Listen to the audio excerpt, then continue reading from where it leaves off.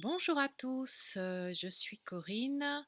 Alors aujourd'hui, je voulais vous parler d'un thème important auquel nous sommes confrontés chaque jour dans notre existence. Il s'agit des mémoires transgénérationnelles, des mémoires cellulaires. Il y a une thérapie alternative qui s'occupe de ça, entre autres, hein, qui s'appelle la psychogénéalogie. Mais pour moi, il y a plein d'autres thérapies. C'est ce qu'on va travailler également beaucoup en chamanisme, dans les récupérations d'âme, dans le travail sur le clan familial pour couper les liens, etc. etc. Alors, que j'explique un petit peu ce que c'est que la mémoire transgénérationnelle, parce que je me rends compte que beaucoup de gens ne savent pas ce que c'est ou n'en ont jamais entendu parler. Or, c'est vraiment quelque chose d'important pour nous. Euh, Lorsque notre âme, enfin lorsque notre esprit saint en fait, hein, décide de venir vivre cette expérience sur la terre, il va descendre, il va laisser descendre une partie de lui-même que moi j'appelle l'âme. Et l'âme va descendre dans un ADN et va construire à l'aide de l'ADN un véhicule qui est notre corps physique. Sachant que nous avons d'autres véhicules énergétiques, hein, et ce sont tous ces véhicules énergétiques qui constituent notre aura dans leur entièreté, qui vont permettre à ce corps physique d'exister. Donc, c'est notre première maison, comme je l'ai déjà expliqué dans d'autres vidéos, c'est notre première garde-robe, c'est notre premier véhicule, c'est notre première terre. D'accord? Est-ce qu'elle est neutre, cette terre? Non, pas du tout, en fait. Quand nous naissons, nous avons l'impression de naître neutre, hein. Alors, notre âme, oui, quand elle arrive, c'est la première fois qu'elle arrive et qu'elle va commencer à apprendre l'école de la vie dans la matérialité, parce que je suis descendue, hein, de l'énergie dans la matérialité et dans la corporalité de mon corps. Mais ce corps, lui, il vient d'où? Eh bien, c'est mon ADN qui m'a permis de créer ce corps. C'est l'ADN, c'est une partie de l'ADN de la matière, hein. Oui, mais cette matière, elle me vient de qui? Ben, de mes parents, de mes grands-parents, de mes arrière-grands-parents, de mes ancêtres. Et donc, c'est une terre qui a une histoire. C'est ce qu'on appelle le karma de l'ADN. C'est ce qu'on appelle l'âme de l'ADN. Il y a une histoire dans cet ADN. Chaque être vivant, hein, chaque être de lumière qui est venu euh, descendre, vivre cette aventure sur la Terre dans cette enveloppe, dans cet avatar terrestre, en fait, eh bien, a laissé quelque chose, a laissé une quantité d'informations correspondant à chaque expérience de vie qu'il a pu vivre ou qu'elle a pu vivre. Donc, lorsque je descends dans cet ADN, je descends dans un ADN, c'est comme si j'arrive dans une maison dont j'ai hérité, mais cette maison, en fait, elle n'est pas neutre du tout, en fait. Parce que il y a la bibliothèque qui est visible, hein, c'est comme lorsque vous héritez d'une maison, il y a tout ce qui est visible dans la maison, mais il y a aussi tout ce qui n'est pas visible. Parfois, nous héritons de maison et puis nous décidons, allez, on va la rénover. Et puis quand on se décide à enlever les papiers, à commencer à un peu gratter derrière les murs, on va se rendre compte qu'il y a des murs qui sont pourris, qu'il y a une partie de la toiture qu'il faut complètement refaire, que la plomberie, elle est inutilisable, que l'électricité, si on fait rien, eh bien, on peut mettre le feu à n'importe quel moment à la maison, etc., etc. C'est sans compter que j'arrive dans cette maison. Est-ce que la maison était reliée au tout à l'égout? Non, c'était une fosse septique. Ok. Est-ce que la fosse septique, elle a été vidée? Non plus. D'accord? Si je ne suis pas reliée au tout à l'égout, est-ce que j'ai prévu, parce que par exemple j'habite à la campagne, est-ce que j'ai prévu un espace où je vais pouvoir traiter les eaux grises et les eaux noires de ma maison sans polluer la nature environnante, etc., etc. Toutes ces informations sont des informations qui sont essentielles. Ça veut dire que quand je vais descendre dans mon corps, je vais, par les expériences que je vais pouvoir avoir, et notamment parce que je vais y vivre, et quand on est hypersensible, et je vous ai déjà expliqué dans d'autres vidéos que je suis une hypersensible, et bien comme beaucoup d'autres, hein, eh bien nous allons pouvoir contacter par le vécu, par le ressenti de nos tissus, ce qui est juste et ce qui n'est pas juste, ce qui est sale et ce qui n'est pas sale. Je vais pouvoir contacter, est-ce qu'il y a eu violation de territoire, est-ce que le territoire est respecté, est-ce que la plomberie est en bon état, est-ce que l'électricité est en bon état, etc., etc.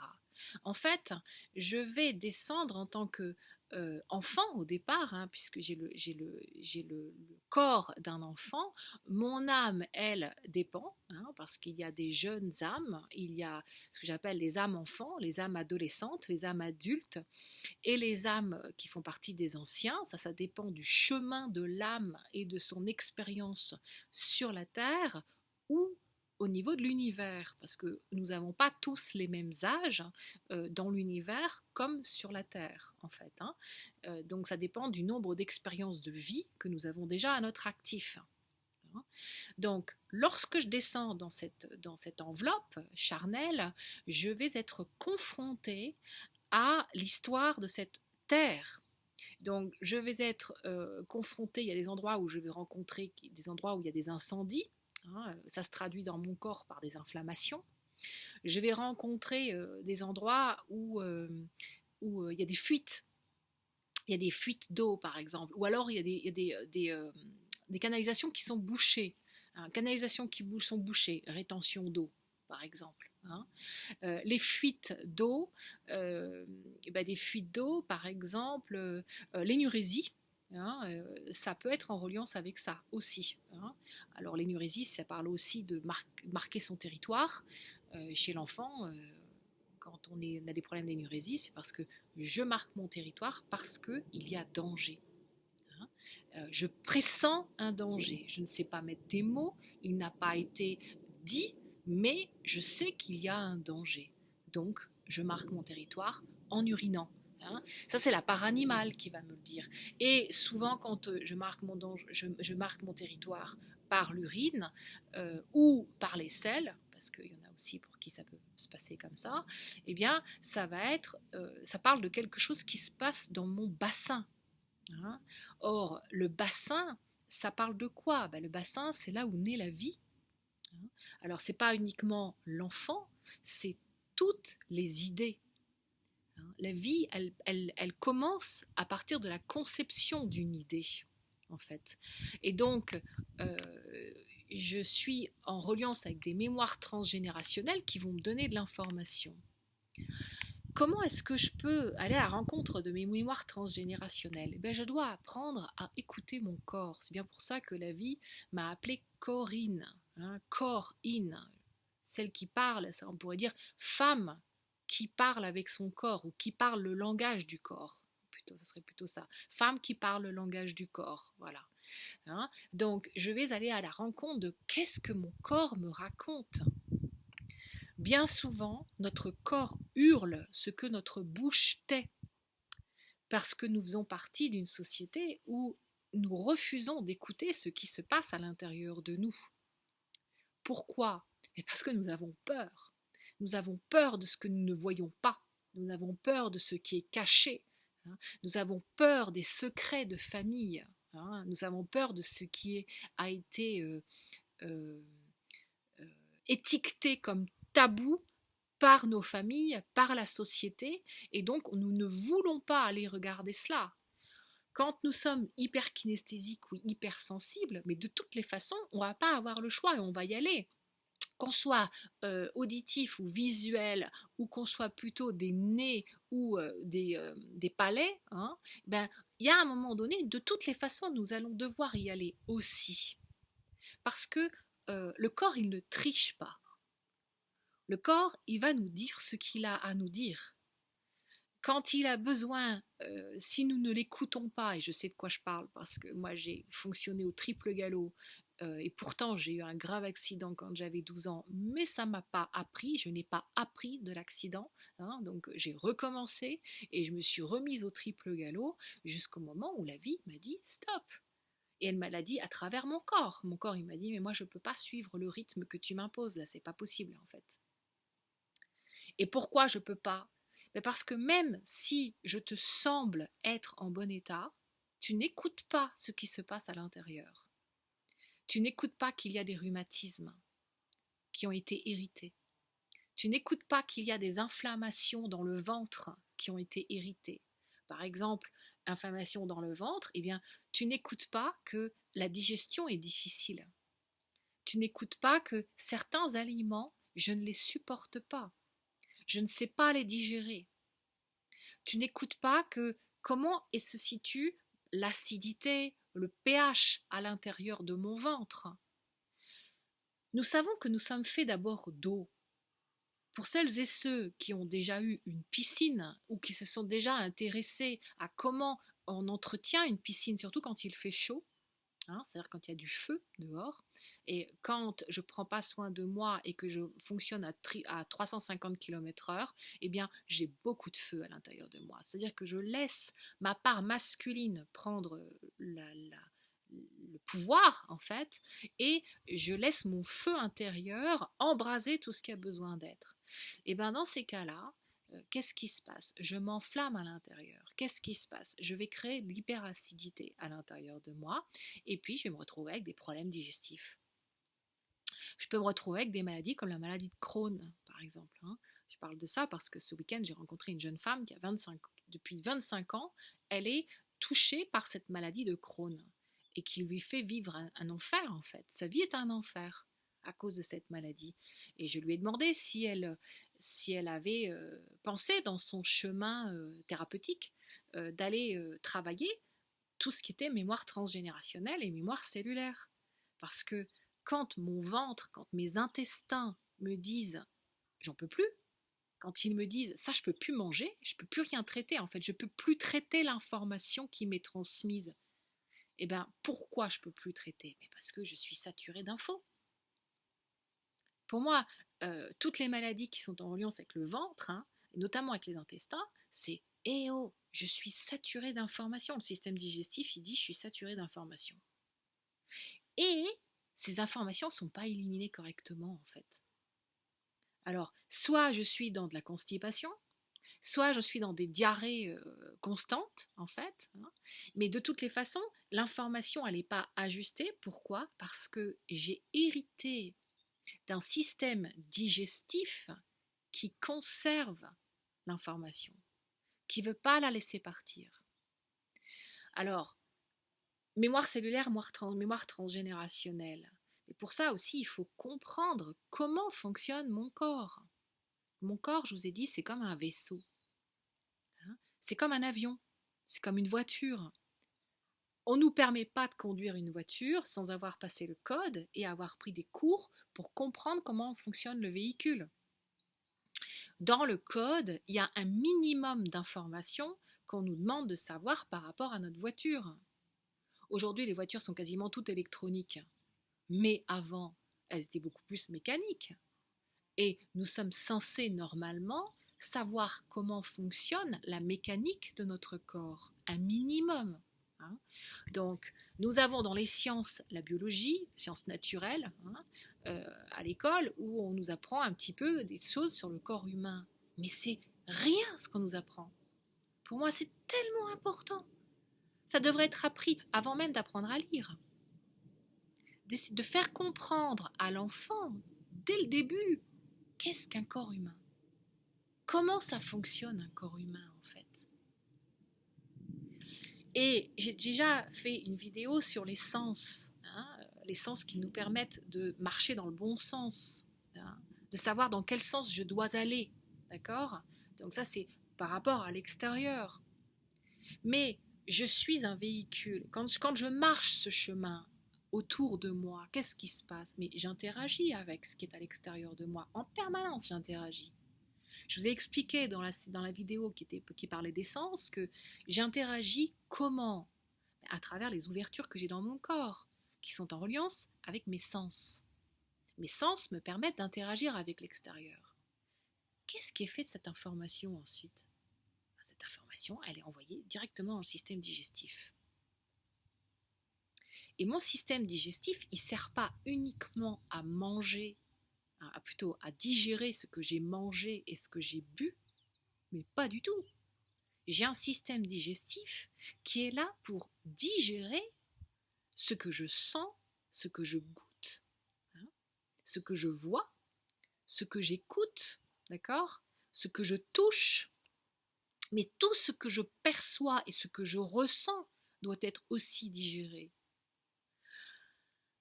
Alors, mémoire transgénérationnelle, à chaque fois que je vis une expérience, cette expérience va devoir être digérée par mon corps, puisque je vis cette expérience à travers mon corps, à travers mon ADN.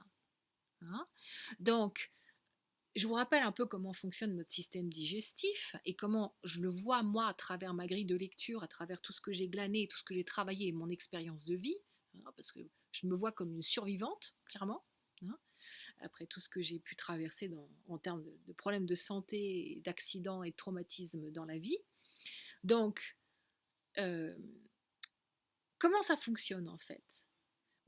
Déjà, la tour de contrôle de notre système digestif, c'est notre pancréas. Notre pancréas, c'est pas seulement un organe, c'est aussi une glande endocrine. Je rappelle juste comme ça et je ferai une autre vidéo là-dessus. Les glandes endocrines, c'est quoi? C'est ce qui régule notre système hormonal, donc les hormones. Et grâce à nos hormones, nos hormones, moi je vois ça comme des fluidifiants qui viennent fluidifier le fonctionnement, le bon fonctionnement de nos rythmes intérieurs et de tous les rythmes que nous avons à l'intérieur de nous. Donc, notre notre pancréas, c'est notre tour de contrôle. Cette tour de contrôle, elle va s'intéresser au foie. Donc le foie, c'est un filtre. Alors, moi j'aime bien écouter la musicalité des mots. Le foie. Mais il y a un autre mot en français aussi qui se prononce foie, c'est la foi. Le foie et la foi sont intrinsèquement liés. Quand j'ai foi en la vie, si j'ai foi en moi, que j'ai foi en l'autre, que j'ai foi en l'univers, ça ne veut pas dire que je suis naïf. Avoir la foi, attention, c'est deux choses différentes. C'est avoir foi, ça veut dire que j'ai fait appel à mon discernement et j'ai travaillé mon discernement par des recherches. J'ai fait appel à ma curiosité et j'ai lu, je suis allée chercher l'information, je la travaille et une fois que j'ai accès à l'information, je vais la mettre en pratique pour voir si cette information me parle, pour voir comment mon corps réagit par rapport à cette information. Et mon foie va me donner beaucoup d'informations, en fait. Quand un foie est saturé, il va me le dire. Je fais une crise de foie. Si je suis saturé d'informations, je fais une crise de foie. Si je mange, que j'ingère quelque chose qui n'est pas ajusté, je fais une crise de foie. Quand on est ultra sensible et qu'on mange bien, puisque c'est mon cas, on peut avoir un foie qui peut hurler alors qu'il n'y a aucune raison alimentaire qui explique cela. Ni le terrain, puisque le terrain a été assaini. D'où ça vient alors? De ce qu'on est en train de vivre. C'est mon corps qui me dit quelque chose là. C'est mon corps qui me dit attention, attention là. Par exemple, la personne avec laquelle tu es en train de discuter, attention. Tout ce qu'elle raconte, c'est pas forcément vrai en fait. Mon foie va me dire des choses. Ça peut être aussi un lieu où la foi, c'est-à-dire la confiance, parce que dans la foi il y a le mot confiance, la confiance a été trahie par exemple. Il y a des mémoires de trahison de confiance. Et donc du coup le lieu est imprégné de cela. Quand on est hypersensible, le foie va réagir automatiquement. La vésicule biliaire, pareil, c'est un filtre. On dit se faire de la bile. Se faire de la bile, ça veut dire que je me fais du souci. en fait. Je suis inquiet. Donc, la vésicule biliaire, elle est en reliance avec toutes nos inquiétudes. Ça parle de nos peurs, en fait. Hein. Et moi, je vois la vésicule biliaire comme un endroit où à chaque fois que ma foi a été trahie, ça engendre de la peur. J'ai les foies, en fait, hein, aussi. Hein. C'est aussi une expression. Donc, c'est quand mon foie est saturé, bah, ça se déverse dans ma vésicule biliaire. Voilà. Donc, mémoire transgénérationnelle, super important, parce que dis donc, en fonction de ce qui a été vécu dans ma mémoire transgénérationnelle, je vais avoir de l'information sur pourquoi dans notre famille, le foie il est fragile. Ah, mais peut-être que dans l'histoire, nous avons vécu des moments difficiles à cause de notre foi. Si vous prenez toutes les guerres de religion, par exemple, hein, les persécutions contre les protestants, les persécutions contre les juifs, dans d'autres pays, les persécutions contre les chrétiens, dans d'autres pays, les persécutions contre les musulmans, contre les coptes, etc., etc. Mais tout ça, et ça je parle d'ici, mais si je prends la colonisation dans les pays d'Amérique, que ce soit d'Amérique du Nord jusque tout en bas, jusqu'en Patagonie, eh bien, la persécution de l'Église vis-à-vis de comment ça s'appelle des Indiens, elle a été terrible. Bon, j'ai la pluie qui s'invite, donc nous allons devoir bouger de place. Et je ne sais pas comment on met pause sur ce fichier.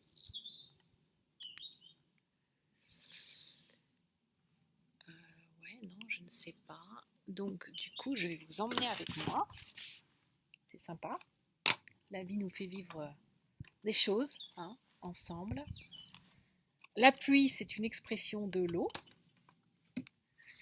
C'est également une expression... c'est comme une bénédiction du ciel, en fait. Hein. C'est le ciel qui s'exprime et qui nous raconte des choses. Voilà. Hop.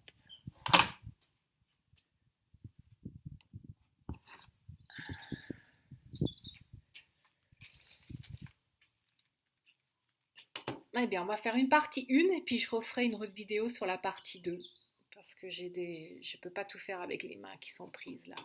Voilà. La vie, c'est aussi s'adapter à chaque moment et savoir être souple et flexible. Donc, je nous retrouve dans une partie 2.